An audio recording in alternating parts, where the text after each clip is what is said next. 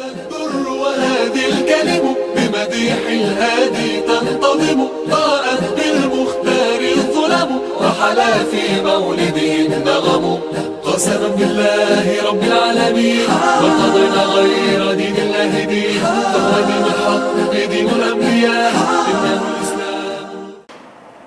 سورہ نور کی ابتدائی آیات کا ہم کل ترجمہ اور تفسیر کر چکے ہیں. اس کا خلاصہ کہ سب سے پہلے زنا کی جو سزا ہے اس کو بیان کیا گیا ہے.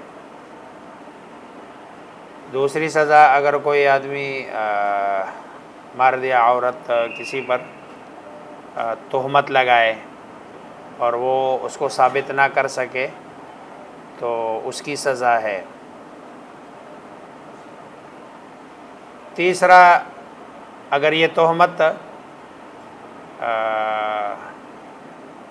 غیر پر نہ ہو بلکہ اپنی بیوی پر کوئی مرد لگاتا ہے. اور یہ جب پہلے دو حکم آئے نا کہ بھائی زنا کی سزا تو 100 کوڑے ہیں اور اگر کوئی آدمی کسی پر تہمت لگاتا ہے تو اس کے 80 کوڑے ہیں. صحابہ کرام رضوان اللہ تعالی علیہم اجمعین میں سے بہت سارے صحابہ کو یہ حکم تھوڑا سا گراں گزرا کیونکہ وہاں تفصیل اس بات کی نہیں تھی کہ بھائی بیوی کا حکم الگ ہے. بیوی کے بارے میں بھی یہی تھا کہ اگر کسی آدمی کے ساتھ بندہ دیکھ لے مثلا اس طرح کی کوئی حرکت کرتے ہوئے تو اس کو 4 گواہ لانے ہے. اگر 4 گواہ نہیں لا سکتا اور لوگوں کے سامنے کہتا ہے تو اس کو بھی لمبا کر کے اس کو بھی کوڑے مارے جائیں گے.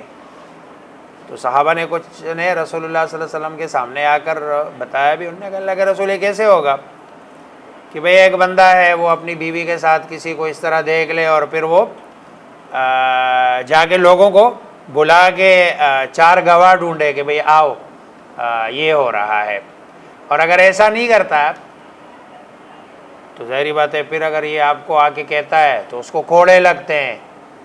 تو مرد کو تو پسا دیا کہ بولے تو کوڑے لگے, نہ بولے تو بغیرتی ہے کہ بھئی بول ہی نہیں رہا, بیوی اس کی ایسا کر رہی ہے.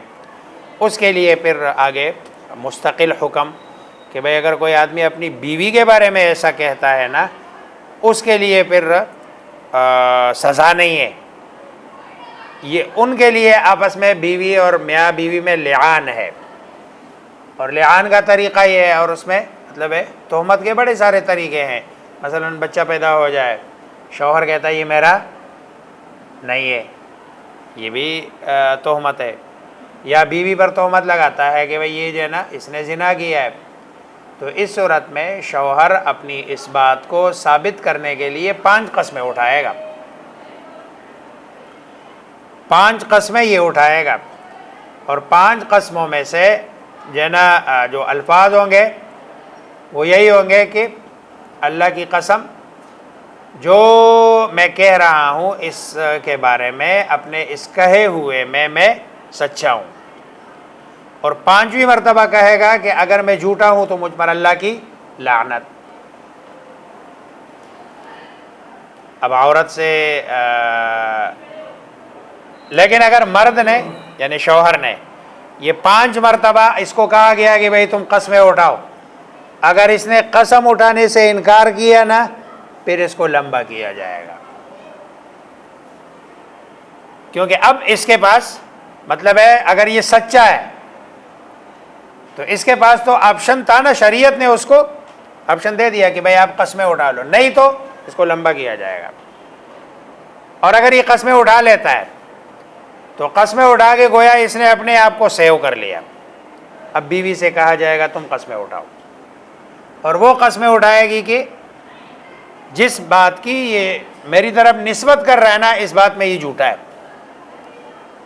اور اگر یہ سچا ہو تو 5ویں مرتبہ میں وہ کہے گی کہ مجھ پر اللہ کا غضب ہو. اچھا اگر یہ رک جائے, اس نے قسم اٹھانے سے انکار کیا ہے تو اس کو زنا والی سزا ملے گی.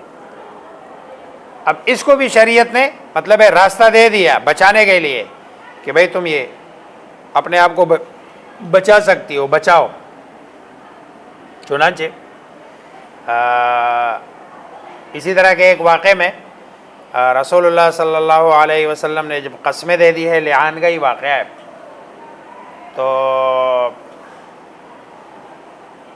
شوہر نے تو قسمیں اٹھا لیے اور عورت کو جب آخری قسم اٹھانے لگی تو رسول اللہ صلی اللہ علیہ وسلم نے صحابہ سے کہا ان کو کہہ دو کہ بھئی دیکھو یہ جو آخری قسم ہے نا یہ لعان کو واجب کرنے والی ہے، اس لیے اگر دیکھ لو۔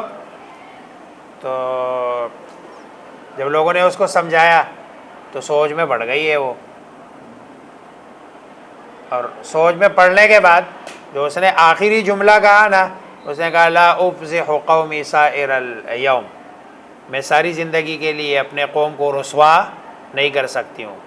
عورت ہے نا، دیکھو اس جملے میں اس نے اقرار بھی کر لیا، اس جملے میں اس نے اقرار بھی کر لیا، لیکن اس کو پتہ نہیں چلا کہ میں نے کیا کہا۔ انہوں نے کہا لا افضح قومی سائر اليوم، میں اپنے قوم کو ساری زندگی کے لیے رسوا نہیں کر سکتی، اس لیے اگلی قسم بھی اس نے کیا کر لی ہے، اٹھا لی ہے۔ لیکن اس جملے میں آپ نے فرمایا نا کہ اگر یہ شریعت کا اللہ کا قانون اور ضابطہ نہ ہوتا نا تو میں اس کو وہ سزا دیتا کہ جو ہے نا دنیا یاد رکھتی، لیکن چونکہ ضابطہ ہے، قانون ہے۔ اب دیکھو اللہ کے حکم کے سامنے رسول اللہ صلی اللہ علیہ وسلم نے بھی فرما دیا کہ بھئی اگر یہ اللہ کا قانون نہ ہوتا نا تو میں نے اس کو سزا دینی تھی، لیکن چونکہ اللہ کا قانون ہے اس لیے میں اس کو ماننے کے لیے بالکل سر تسلیم خم۔ اب یہ جب دونوں قسمیں اٹھا لے تو ظاہر بات ہے پھر تو مسئلہ ہی ختم ہو گیا، یہ میاں نہ رہا وہ بیوی نہ رہی، بیچ میں معاملہ ختم، اور یہ ہمیشہ ہمیشہ کے لیے اب ان کا ایک دوسرے کے ساتھ رہنا، کیونکہ اگر دوبارہ کریں گے آئیں گے تو ظاہری بات ہے پھر گویا کہ وہ اپنی اس بات سے کیا کر رہے ہیں، اقرار جو پہلے جس پر کیا اٹھا چکے ہیں، قسمیں اٹھا چکے ہیں۔ حدیث میں آتا ہے المتلاعنان لا یجتمعان ابدا، کہ جو لعان کرنے والے یہ کبھی بھی دوبارہ اکٹھے نہیں ہو سکیں گے، اور اب ان کا رشتہ ختم۔ اب دیکھو یہ جو ہے نا اللہ تبارک و تعالی نے جو شوہر ہے اس کے لیے ایک آسان راستہ بیوی سے چھٹکارے پانے کے لیے دیا ہے۔ اگلا جو اس میں حکم ہے وہ ہے واقع افک۔ حضرت عائشہ رضی اللہ تعالی عنہا پر تہمت کا جو واقعہ ہے، آیت نمبر 11 سے 26 تک۔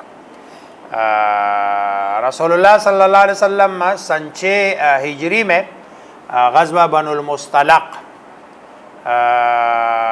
پیش آیا، اور جس میں حضرت عائشہ رضی اللہ تعالی عنہ بھی سفر میں ساتھی تھی۔ واپسی کے سفر میں ایک جگہ پڑاؤ ڈالا تو حضرت عائشہ رضی اللہ تعالی عنہ کا وہاں ہار گم ہو گیا۔ لمبی تفصیلات ہے، آپ قضاء حاجت کے لیے گئی ہے، وہاں اپنی بہن حضرت اسماء سے جو باہر جانے کے لیے پہننے کے لیے ہار لیا تھا اس کا دھاگا ٹوٹ گیا۔ حضرت عائشہ رضی اللہ تعالی عنہ اس کی تلاش میں یا پھر اس کے جو منکے تھے اس کو ڈھونڈنے کے لیے، سمیٹنے کے لیے اس کو دیر لگی ہے، اور رسول اللہ صلی اللہ علیہ وسلم کو اس بات کا علم نہیں تھا کہ وہ ادھر ہے۔ چنانچہ آپ صلی اللہ علیہ وسلم نے لشکر کو روانہ ہونے کا حکم دے دیا۔ پھر جب لشکر سارا چلا گیا، جب حضرت عائشہ رضی اللہ تعالی عنہ واپس آئی، ان کو پتہ چلا کہ بھئی لشکر تو جا چکا ہے، تو اسی جگہ بیٹھ گئی پریشان ہونے کی بجائے۔ دیکھو اس زمانے کی خواتین بھی بڑی سمجھدار ہوتی تھی، ہمارے زمانے کی خاتون تو پھر کبھی جنگل میں ادھر جاتی کبھی ادھر جاتی، وہ اسی جگہ بیٹھ گئی کہ بھئی جب قافلے والوں کو پتہ چلے گا کہ میں نہیں ہوں تو سب سے پہلا کام یہی ہوگا کہ بھئی جدھر ہم نے پڑاؤ ڈالا تھا ادھر ڈھونڈ لیا جائے، تو سب سے پہلے ادھر آئیں گے، ادھر نہیں تو پھر دوسری جگہوں میں ڈھونڈیں گے۔ چنانچہ لشکر میں ایک تو آگے کچھ لوگ ہوتے ہیں جس کو ایڈوانس پارٹی کہتے ہیں، تاکہ وہ آگے کا راستہ صاف کرتے ہوئے جائے، اور کچھ پیچھے والے لوگ ہوتے ہیں، ان کا مقصد یہ ہوتا ہے لشکر والوں سے کوئی چیز گر جائے تو وہ اس کو اٹھا لیتے ہیں۔ یہ صفوان ابن المعطل ایک صحابی ہے، اس کو اس کام پہ مقرر کیا جا چکا تھا کہ پیچھے سے کوئی چیز گری ہوئی ہو تو قافلے کے پیچھے آتے آتے وہ اس کو اٹھا لیا کرے۔ جب وہ اس جگہ سے گزرے تو دیکھا حضرت عائشہ رضی اللہ تعالی عنہ بیٹھی ہوئی ہے، تو انہیں پتہ چلا اور انہوں نے اس پہ چادر ڈالی ہے، اور حضرت عائشہ رضی اللہ تعالی عنہ کو وہ لے کر مدینہ پہنچے ہیں۔ اس واقعے کی خبر منافقین کے سردار عبداللہ ابن ابی کو جب پہنچی ہے نا تو اس نے بات کا بتنگڑ بنا لیا کہ دیکھو نا حضرت عائشہ نے تنہا اکیلے جنگل میں صفوان ابن معطل کے ساتھ سفر کیا، اور اس کی وجہ سے آپ رضی اللہ تعالی عنہ پر وہ گناونی تہمت لگائی کہ زبان سے نکالنا کسی غیرت مند مسلمان کے لیے ممکن نہیں ہے کہ اس طرح کے جملے بندہ زبان سے لیے۔ چنانچہ اس نے عبداللہ ابن ابی نے اس پروپیگنڈے کو اتنی شہرت دے دی نا کہ پروپیگنڈے میں بڑی طاقت ہوتی ہے۔ جب بندہ بات کرتا ہے نا ایک دفعہ، دو دفعہ، تین دفعہ، چار دفعہ، تو ایک ٹائم آتا ہے کہ بات ذہن میں اترنا اور وہ اپنا راستہ نکالنا شروع کر دیتی ہے۔ کچھ سادہ لوگ مسلمان بھی اس کی باتوں میں آ گئے، جس میں تین کا نام تو آتا ہے، دو مرد ہے اور ایک خاتون ہے، جس میں حسان ابن ثابت رضی اللہ تعالی عنہ بھی ہے جو بعد میں آپ کے شاعر رسول صلی اللہ علیہ وسلم ہے، حمنہ بنت جحش ہے، ایک خاتون ہے۔ بہرحال سورہ نور کی یہ آیات نازل ہوئی، اللہ تبارک و تعالی نے حضرت عائشہ رضی اللہ تعالی عنہ کی مکمل براءت ظاہر کرنے کے لیے یہ آیات اتاری، اور ساتھ میں جو تہمت لگانے والے ہیں ان کے لیے سخت وعیدیں بھی سنائی جو اس سازش کے کرتا درتا تھے۔ تاریخ انسانی میں پہلی بار ایسا ہوا کہ کسی شخصیت کی پاک دامنی کا قرآن اعلان کرتا ہے، وحی کے ذریعے سے وہ اعلان کیا جا رہا ہے پاک دامنی کا، اور یہ حضرت عائشہ رضی اللہ تعالی عنہ کی خصوصیات میں سے ہے۔ یہ جو نا اس کے علاوہ بھی حضرت عائشہ رضی اللہ تعالی عنہ کی 9 خصوصیات ہے جو باقی ازواج مطہرات کو حاصل نہیں ہے۔ حضرت عائشہ رضی اللہ تعالی عنہ کی پہلی خصوصیت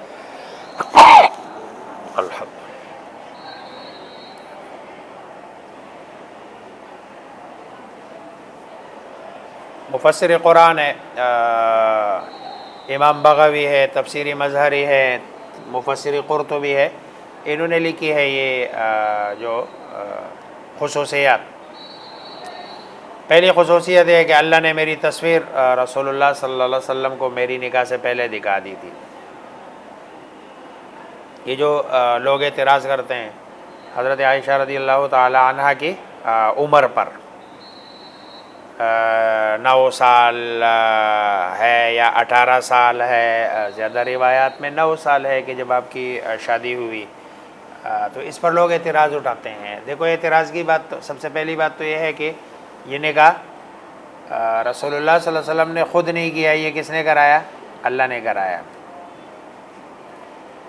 اچھا، وہ جو روایات میں آتا ہے آپ صلی اللہ علیہ وسلم گھر میں آتے تھے، گھر میں آ کر حضرت عائشہ رضی اللہ تعالیٰ عنہ اکثر گڑیوں کے ساتھ کھیل رہی ہوتی تھی۔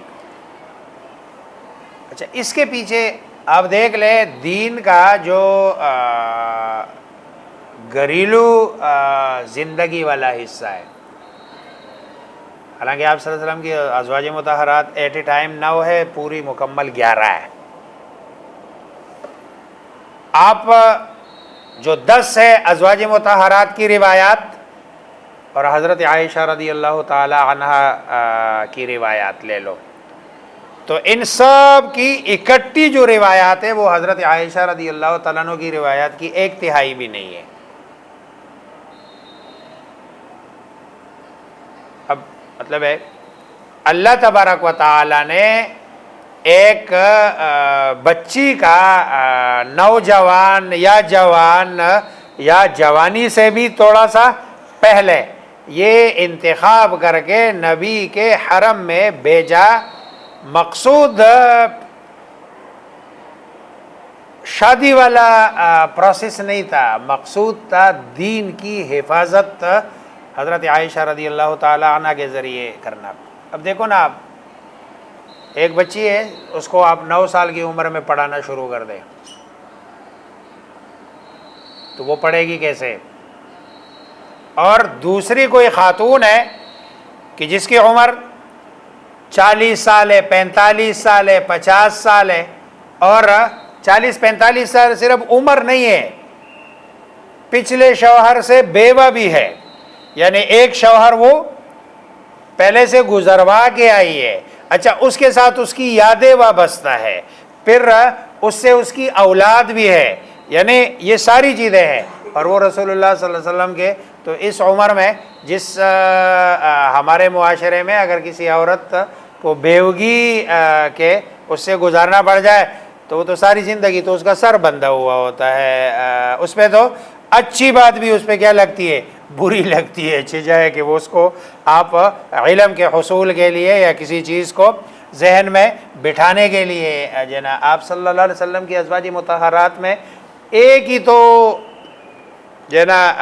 ہے کہ جس کی پہلے شادی نہیں ہوئی، اور یہ رسول اللہ صلی اللہ علیہ وسلم کی عمر یہ 50 ہے.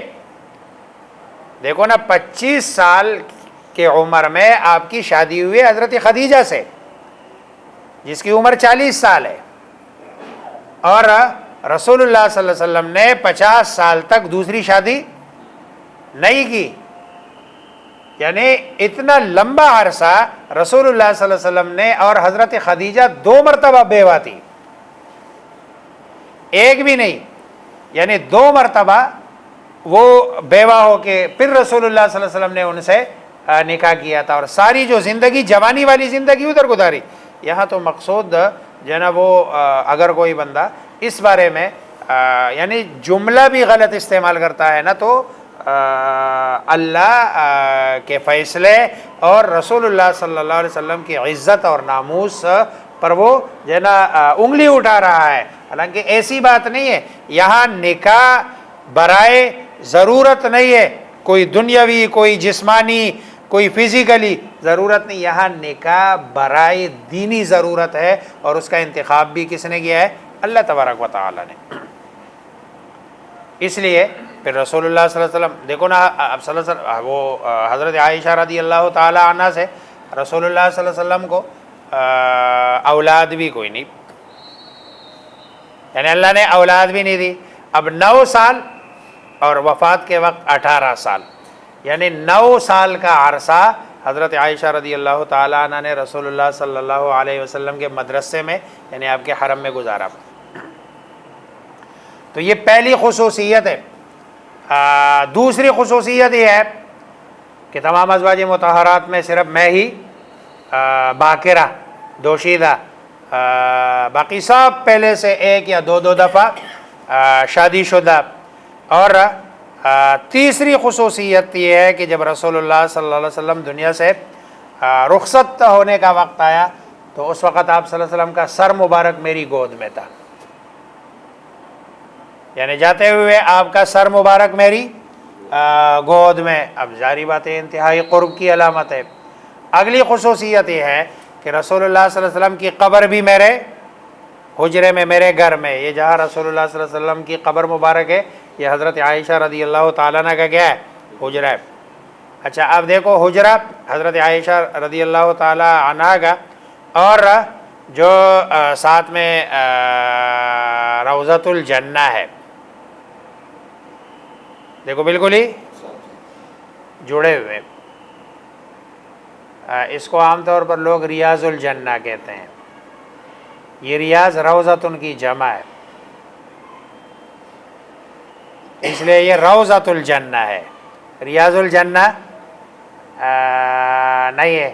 جیسے وہ کہتے ہیں نا القبر اما روضۃ من ریاض الجنہ، کہ قبر یہ باغ ہے جنت کے باغات میں سے، تو وہ تو ایک ہی باغ ہے نا، اتنے سارے باغ نہیں ہے، جمع نہیں ہے، لیکن اس کو لوگ بہرحال ریاض الجنہ ایک کچھ چیزیں ایسی ہوتی ہے جو زبان میں ایک دفعہ چڑھ گئی ہے، اب وہ چڑھی ہوئی ہے، اب اگر کوئی آدمی اور اس کو ٹھیک کرنے کی کوشش بھی کرتا ہے تو اگلے کو وہ یہ لگتا ہے، کہتے ہیں یار ایسے ہی لگا ہوا ہے۔ حالانکہ یہ الحمدللہ کوئی آپ لوگوں کو جو عربی گرامر ہے اس کی اتنی سمجھ تو آ گئی ہے نا کہ اب کوئی بات سمجھانے لگوں جی وہ صحیح ہے، وہ جو ایک حدیث مبارکہ بھی ہے نا اس کے بارے میں کہ بائنا بائٹی و منبر ریاض الجنہ، اس کا بھی ذکر اس میں کیا لفظ ہے؟ ریاض الجنہ نہیں ہے میرے خیال میں، روضۃ الجنہ ہے، ادھر بھی ہے۔ پھر اس مطلب حدیث کی حیثیت کیا ہے، رسول اللہ صلی اللہ علیہ وسلم کا فرمان ہے، میں دیکھ لوں گا اس کو بھی۔ تو یہ پانچویں چوتھی خصوصیت کہ رسول اللہ صلی اللہ علیہ وسلم کی قبر بھی میرے گھر میں بنی۔ پانچویں خصوصیت یہ ہے کہ آپ صلی اللہ علیہ وسلم پر بسا اوقات وحی اس صورت میں بھی آتی تھی کہ جب آپ صلی اللہ علیہ وسلم میرے لحاف میں ہوتے تھے۔ یہ کسی زوج مطہرہ کے پاس آپ لحاف میں ہوتے تھے، جبریل نہیں آتے تھے، وحی نہیں آتی تھی۔ حضرت عائشہ رضی اللہ تعالیٰ عنہ کے ساتھ آپ لحاف میں بھی ہوتے تھے، تب بھی وحی جنا آتی تھی۔ چھٹی خصوصیت کہ میں رسول اللہ صلی اللہ علیہ وسلم کے خلیفہ اول اور صدیق اکبر رضی اللہ تعالیٰ عنہ کی بیٹی۔ ساتویں خصوصیت کہ میری برات میں اللہ نے پورے 2 رکوع اتار دیے۔ اور آٹھویں خصوصیت کہ اللہ تبارک و تعالیٰ نے مجھے خلقت طیبہ، خلقت طیبہ، مجھے اللہ تبارک و تعالیٰ نے پاک پیدا کیا اور پاک ہی ہستی کے پاس مجھے ساری زندگی رکھا۔ اب دیکھو نا، اتنی پاکیزہ ہستی دنیا میں کہ جس کو کسی اور کا ہاتھ بھی نہیں لگا۔ باقی جتنی بھی میں نے کہا نا ازواج مطہرات، پہلے سے کوئی 1 دفعہ کوئی 2 دفعہ کی بیوہ ہے، لیکن حضرت عائشہ یہ رسول اللہ صلی اللہ علیہ وسلم کی ہی بیوی اور آپ کی رہی، اور اس کے بعد آپ نے شادی ظاہری بات ہے شرعاً جائز بھی نہیں ہے، کر بھی نہیں سکتے نبی کی بیوی کسی اور کے ساتھ نکاح۔ تو یہ مجھے پاک اور طیبہ، اس لیے ہم کہتے ہیں حضرت عائشہ طیبہ صدیقہ۔ تو یہ جو آیات ہے اس میں یہ جو 3 بندے تھے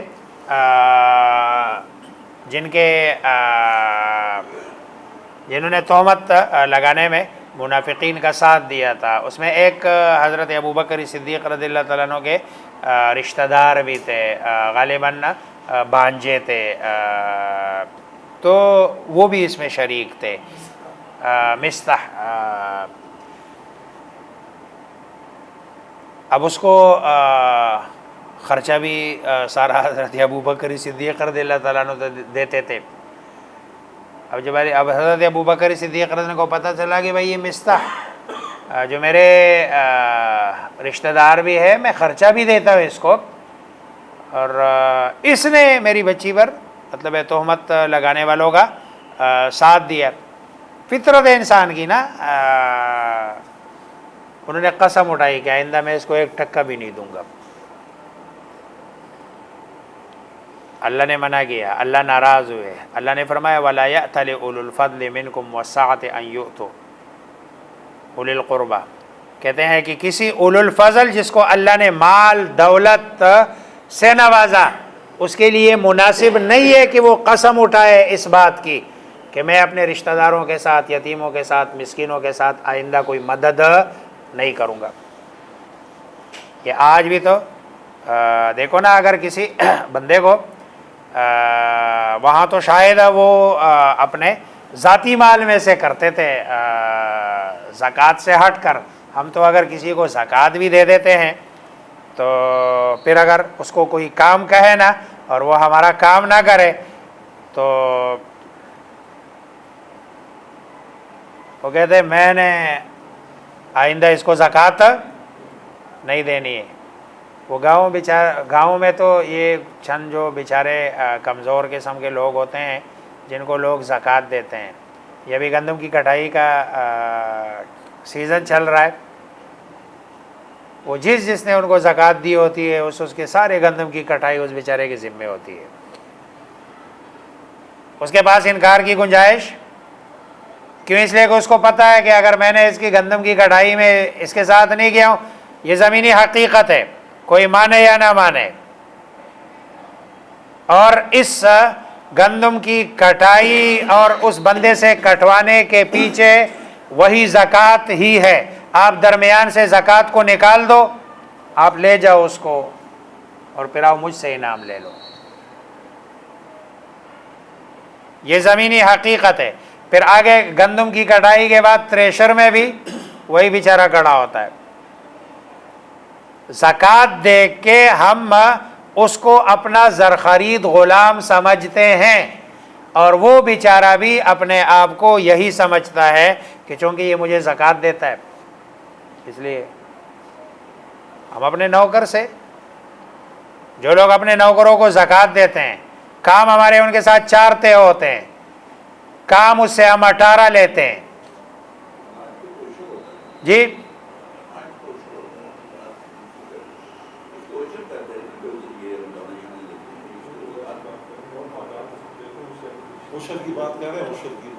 عشر تو پھر ملتا ہے نا، زکوٰۃ تو پہلے دی ہوئی ہے. عشر تو ابھی آپ تھریشر کے ساتھ اس کا کوئی تعلق نہیں ہے، وہ تو پیچھے زکوٰۃ کے ساتھ اس کا تعلق ہے.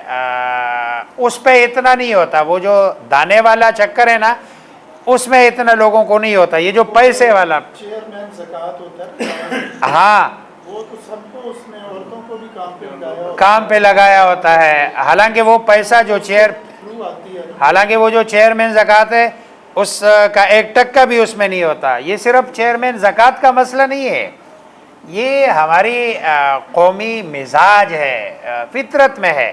میں اگر کوئی کام کرتا ہوں نا تو میں نے آپ سے پیسے لیے، میں بھلے کہیں کھانے پینے کا کوئی دسترخوان لگاتا ہوں، وہ تو ادھر بدماشی کس کی ہوگی؟ میری ہوگی، حالانکہ اس میں میرا ٹکا بھی نہیں ہوتا. لیکن پھر بھی اور وہ سارے لوگ میرے جو نا وہ بڑے قدر بھی کریں گے، عزت. اگر کسی نے میری شان میں گستاخی کی ہے نا تو اس کی پھر خیر نہیں ہے. لوگوں کی زکوٰۃ اور لوگوں کے صدقات بھی برباد کرتے ہیں، اور اپنا جو ثواب ہے ہم ساری چیزیں دکھاوے کے لیے، اپنے مقصد کے لیے، مقصد کے بغیر ہم کسی کو پانی بھی نہیں دیتے ہیں. یہ ہم زکوٰۃ بھی دیتے ہیں، صدقہ بھی دیتے ہیں، خیرات بھی کرتے ہیں، لیکن سارا یہ نام و نمود کے لیے کرتے ہیں، اور اپنے جو ہے نا مقصد کے لیے زیادہ تر لوگ جو ہے نا کرتے ہیں.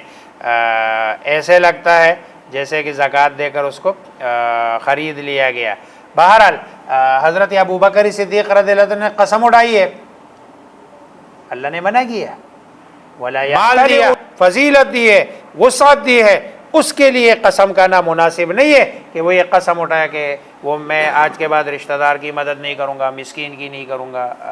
دیکھو کتنا اللہ تبارک و تعالی، یہ جو مخلوق ہے نا یہ اللہ کا کنبہ ہے، اور اللہ کے کنبے پر خرچ کرنا، اس سے اللہ تبارک و تعالی بہت خوش ہوتے ہیں. اور جن لوگوں کو اللہ نے اللہ سے کاروبار کرنا سکھا دیا نا، وہ ساری زندگی خوش رہتے ہیں. کاروبار اللہ سے کہ جہاں من جاء بالحسنہ 1 to 10 کنفرم، پھر 1 to 700 کنفرم، پھر واللہ یضاعف لمن یشاء کنفرم. جدھر گھاٹا نہیں ہے، جدھر نفع ہی نفع ہے. لیکن بس ایک بات ہے کہ چونکہ نظر نہیں آتا، وہ سامنے نظر نہیں آتا، اس لیے ہم جو نظر آتا ہے. یقین کرو آج میں مسجد میں ابھی اعلان کرتا ہوں کہ بھئی جو ہے نا وہ مسجد میں جو لوگ نماز پڑھنے آئیں گے اس کو 2,000 روپے ملیں گے.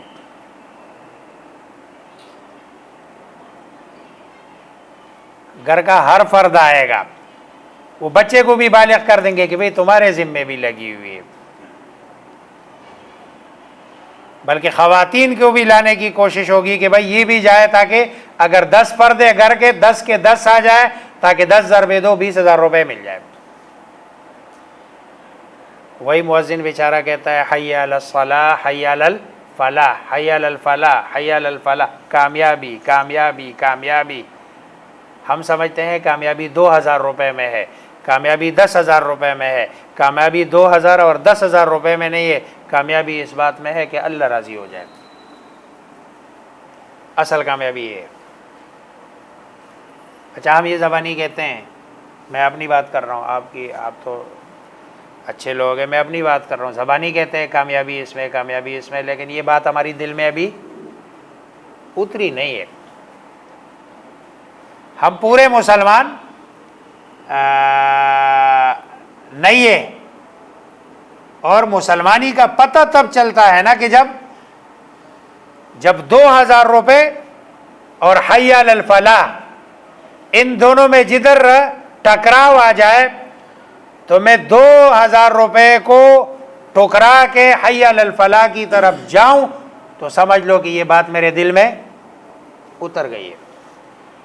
لیکن اگر وہ 2,000 روپے کے لیے میں حی علی الفلاح اور حی علی الصلاح اس اعلان کو ٹکرا دوں، اور میں کہوں، اس لیے میں کہتا ہوں کبھی کبھار، دیکھو یہ جو ریڑھی پہ کام کرنے والے لوگ ہوتے ہیں نا، یا ٹیکسی چلانے والے، اور یا یہ جو کام کرنے والے جن کے پاس گاہک آتا ہے، جن کے پاس چھوٹی چھوٹی چیزیں ہوتی ہے جو وہ بیچتے ہیں، یہ جب اذان ہوتی ہے اور یہ اپنے ٹیے پر، اپنے ریڑھی پر یہ اوپر کپڑا ڈال کے یہ نماز کے لیے آتے ہیں، ان کی وہ نماز میری اور آپ کی نمازوں سے ہزاروں درجہ بہتر ہے۔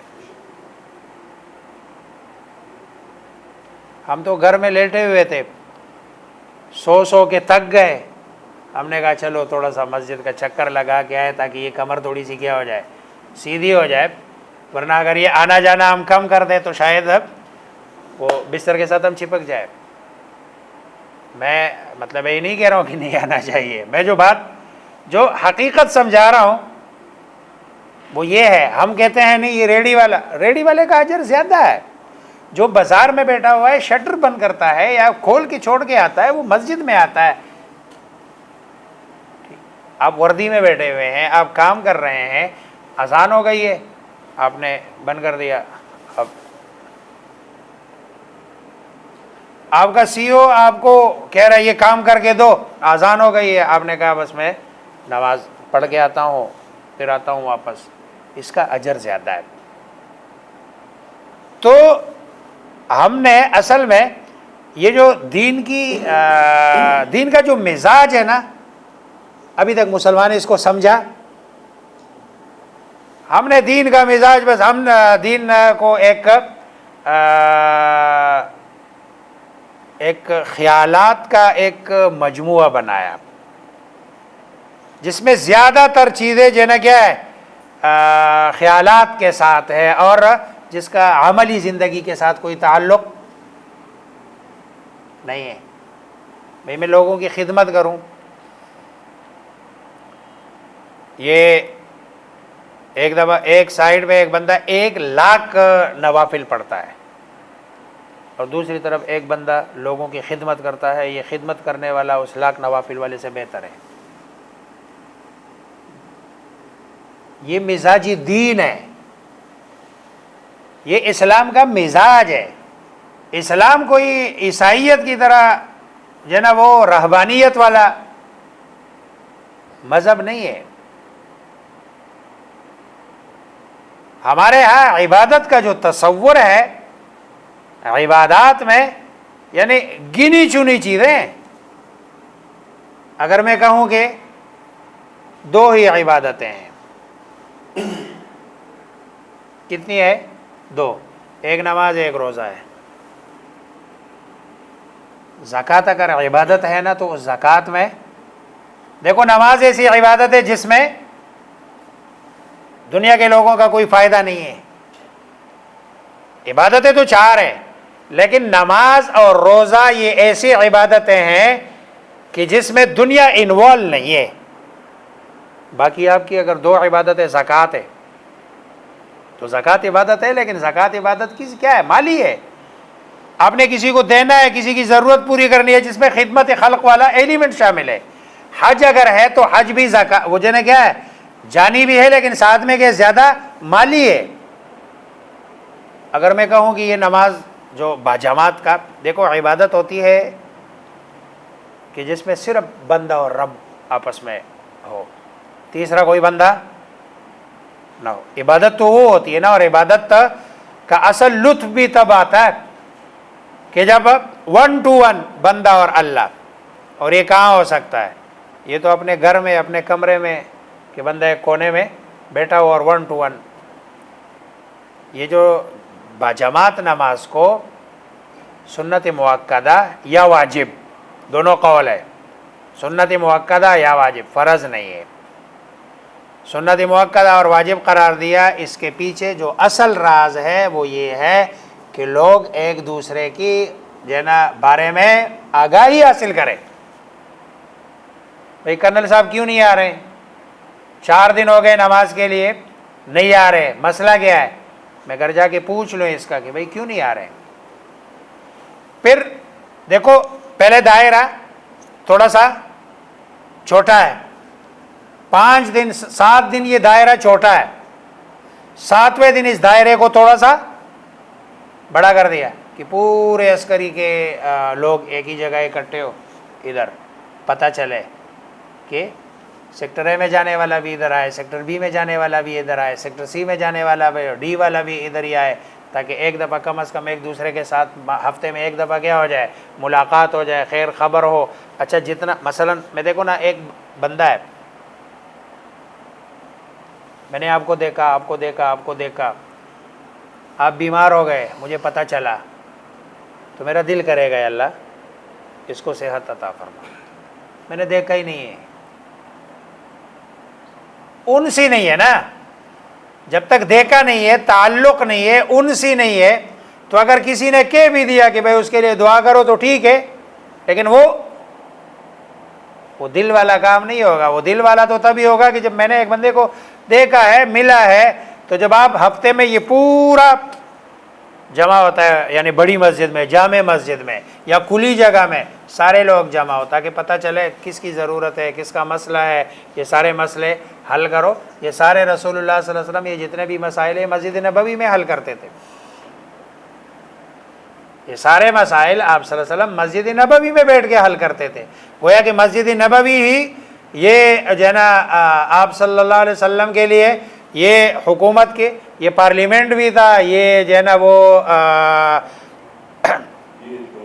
جی عدالت بھی تھی، GHQ بھی تھا، کمیونٹی سینٹر بھی تھا، ساری چیزیں تھی اس میں۔ لیکن ہم جو ہے نا وہ کل میں کسی کو سن رہا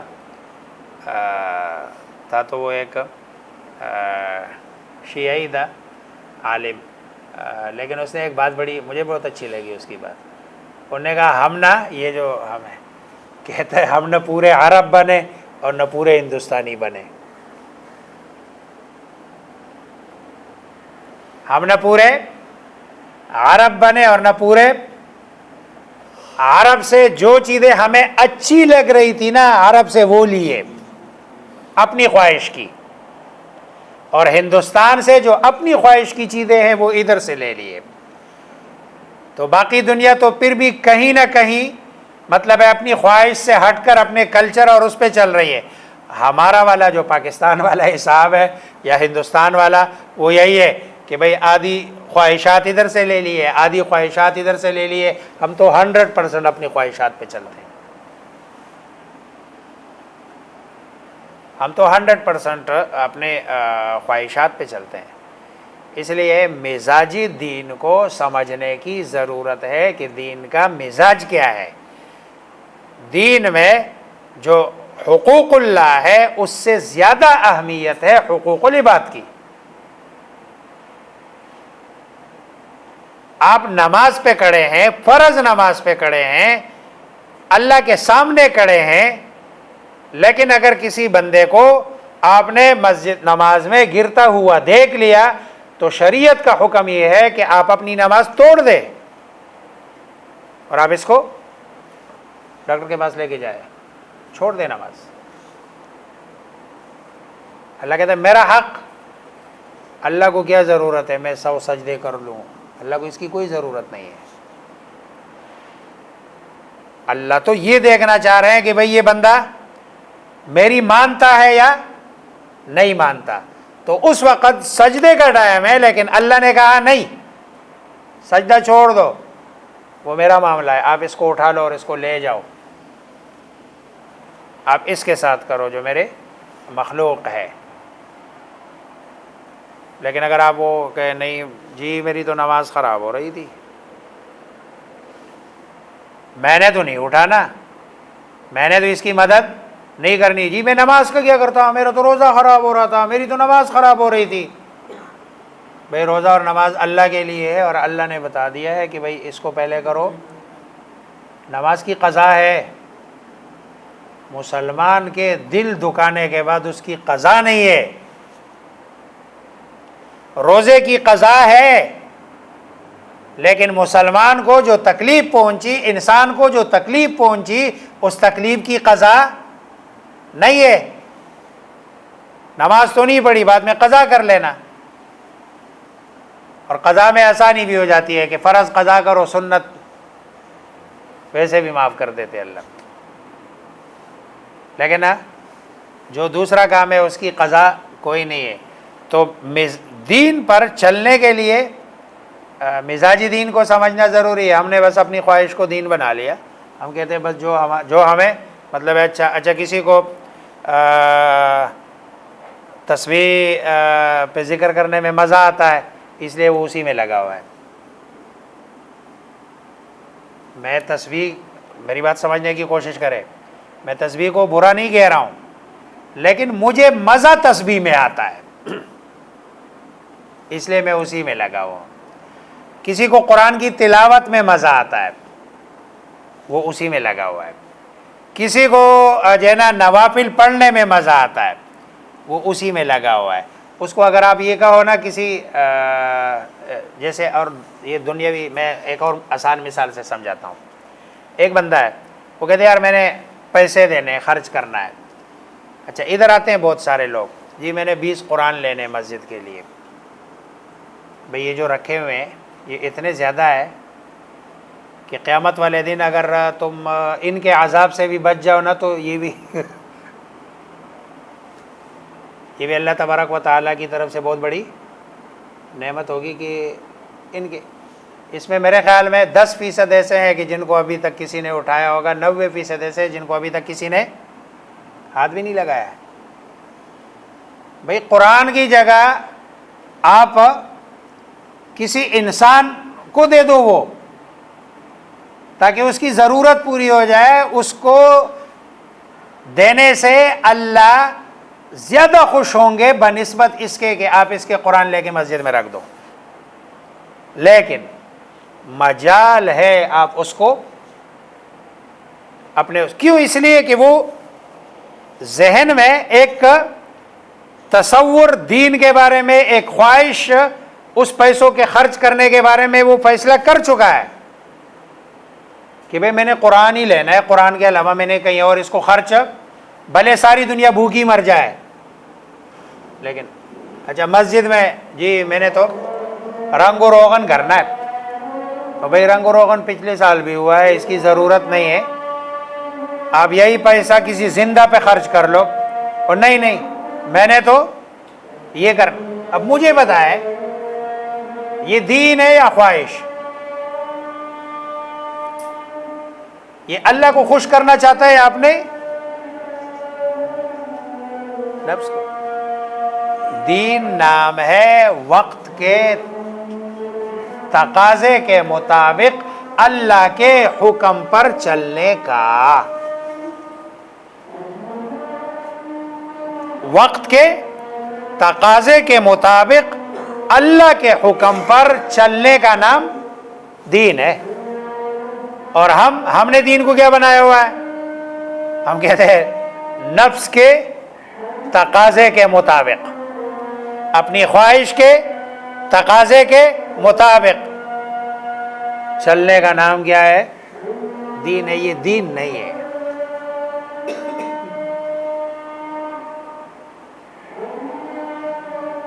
یہ آپ کی خواہش تو ہے پر اس کو دین نہیں کہہ سکتے. تو حضرت ابو بکر صدیق رضی اللہ تعالیٰ عنہ کو دیکھو نا، اب ان کی خواہش کہ میں نے آئندہ اس پر خرچ نہیں کرنا. کیوں؟ اب دیکھو پہلے بھی میں کرتا تھا، رشتہ دار ہے، دل کرتا تھا، اب دل نہیں کرتا. کیا نہیں کرتا؟ قسم کیوں گائی؟ کیونکہ اس کی بچی پر تہمت لگانے میں شریک ہوا. تو اب دل نہیں کرتا، یعنی فطرت میں ہے، دل نہیں کرتا کہ میں خرچ کروں. تو دل نہیں کرتا اس لیے قسم اٹھائی کہ نہیں کروں گا. اللہ نے فرمایا یہ دین اپنے دل پر چلنے کا نام نہیں ہے، یہ میرا حکم ہے. وَلَا يَأْتَلِ أُولُو الْفَضْلِ مِنْكُمْ وَالسَّعَةِ أَنْ يُؤْتُوا أُولِي الْقُرْبَى. کسی آدمی کو قسم اٹھانے کی قطعاً گنجائش نہیں ہے. جدھر میں خرچ کرنے کا کہوں آپ کو خرچ کرنا پڑے گا. یہ ہے دین. ہم سمجھتے ہیں دین بس اپنے جو خواہش ہے اس کے مطابق. اب دیکھو کوئی بندہ آپ کی بیٹی پہ تہمت لگاتا ہے،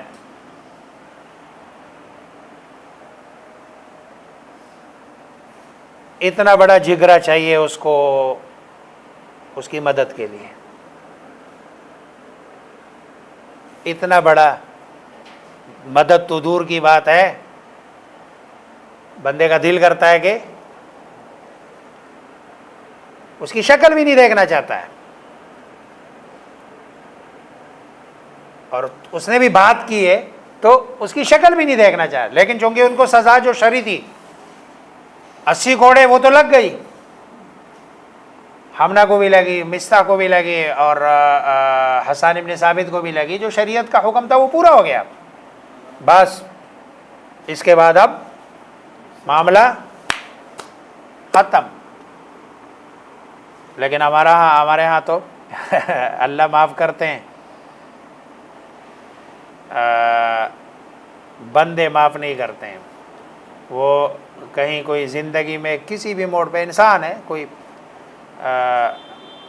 ظاہری بات ہے ہر بندہ